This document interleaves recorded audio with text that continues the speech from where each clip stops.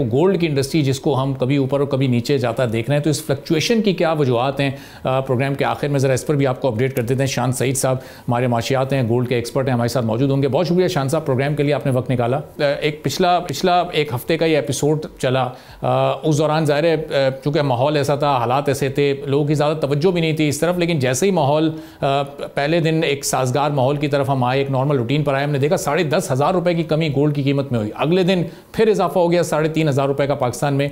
तो ये अब ये सिलसिला किस जानिब जाएगा? गोल्ड में जो फ्लक्चुएशन है ये इसी तरह जारी रहेगी।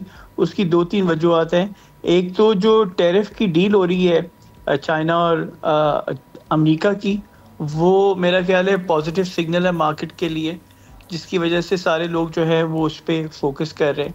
दूसरा ये कि डॉलर में स्ट्रेंथ आ रही है। जब भी डॉलर में स्ट्रेंथ आती है तो गोल्ड और सिल्वर जो है वो नीचे की तरफ जाते हैं, क्योंकि उनका इन्वर्स रिलेशनशिप होता है।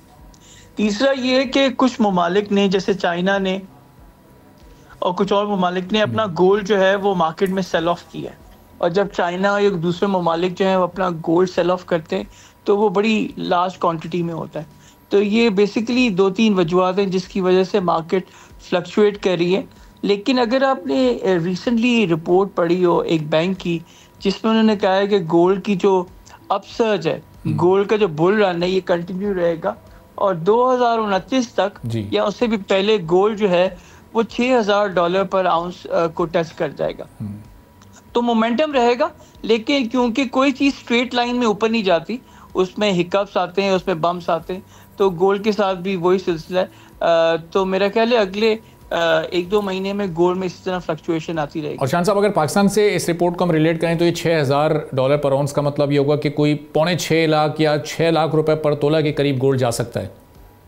जी, लगभग उस तरह डिपेंड करता है एक्सचेंज रेट उस वक्त क्या होगा 2029 में पाकिस्तान का डॉलर के अगेंस्ट। नंबर ऑफ फैक्टर्स उसको कंट्रीब्यूट कर सकते हैं, लेकिन ओवरऑल गोल्ड जो है वो ऊपर की तरफ जा रहा है, क्योंकि यूएस डॉलर की जो स्ट्रेंथ है वो वीक होती हुई नजर आ रही है गोइंग फॉरवर्ड। सो जब यूएस डॉलर की स्ट्रेंथ वीक होगी तो ऑब्वियसली सारे जो मेटल्स हैं वो फिर ऊपर जाएंगे। अच्छा, अब ये यूएस डॉलर की जो इस वक्त आप उसकी वैल्यू की बात कर रहे हैं, तो पाकिस्तान में तो अभी पिछले दिनों में कोई बहुत ख़ास उसमें ऐसा चेंज नहीं आया। जिस स्पीड से हमने गोल्ड की कीमत को बढ़ते देखा है, उस स्पीड से डॉलर तो डी वैल्यू या उसकी वैल्यू में नहीं इजाफा हुआ है।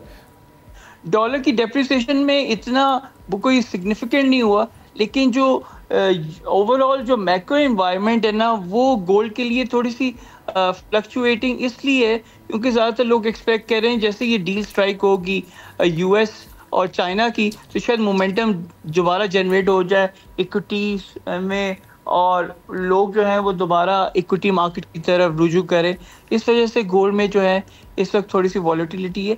लेकिन जब जैसे ही लोग देखेंगे कि हमारे जो वेल्थ है उसको हमने प्रिजर्व करना है, तो वो फिर दोबारा टेंजिबल एसेट्स में जाएंगे।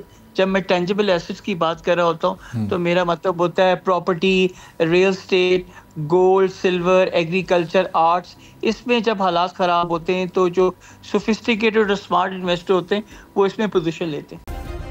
सब्सक्राइब करें और बेल दबाएं ताकि कोई खबर रह न जाए।